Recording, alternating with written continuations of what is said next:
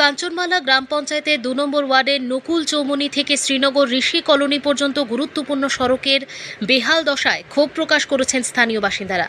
এলাকাবাসীর অভিযোগ, প্রায় ৩৫ বছর ধরে এই রাস্তার কোনো সংস্কার কাজ হয়নি।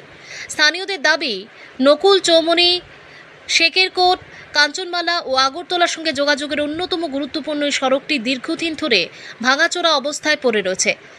রাস্তার বিভিন্ন অংশে গর্ত ও ক্ষতিগ্রস্ত হওয়ার কারণে প্রতিদিন সমস্যায় পড়ছেন সাধারণ মানুষ থেকে শুরু করে যানবাহন চালকরাও। এলাকাবাসী জানিয়েছেন, রাস্তায় সংস্কারের দাবি নিয়ে একাধিকবার গ্রাম পঞ্চায়েত ও জনপ্রতিনিধিদের দৃষ্টি আকর্ষণ করা হয়েছে। এমনকি জনপ্রতিনিধিরা পরিদর্শনে এসে দ্রুত সংস্কারের আশ্বাস দিলেও বাস্তবে এখনও কোনো কাজ হয়নি বলে অভিযোগ।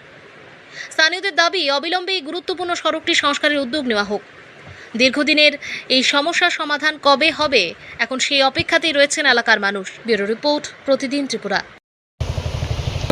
35 বছর রয়েছে একদম তো করবো টেয়া স্যাংশন হয়েছে কাঞ্চনমালা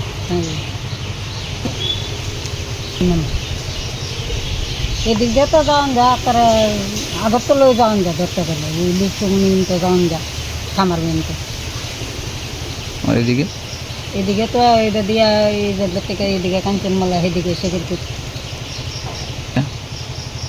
এটা তো অনেক সময় আই আমি এটাই না বাড়ি ঘরে একলা থাকি, দেখি 3বার 4বার 2বার করে কই কিছুদিন আগে তো আয়া গেছে, দেখে গেছে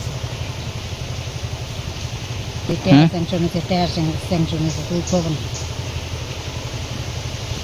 মেম্বার পাবেন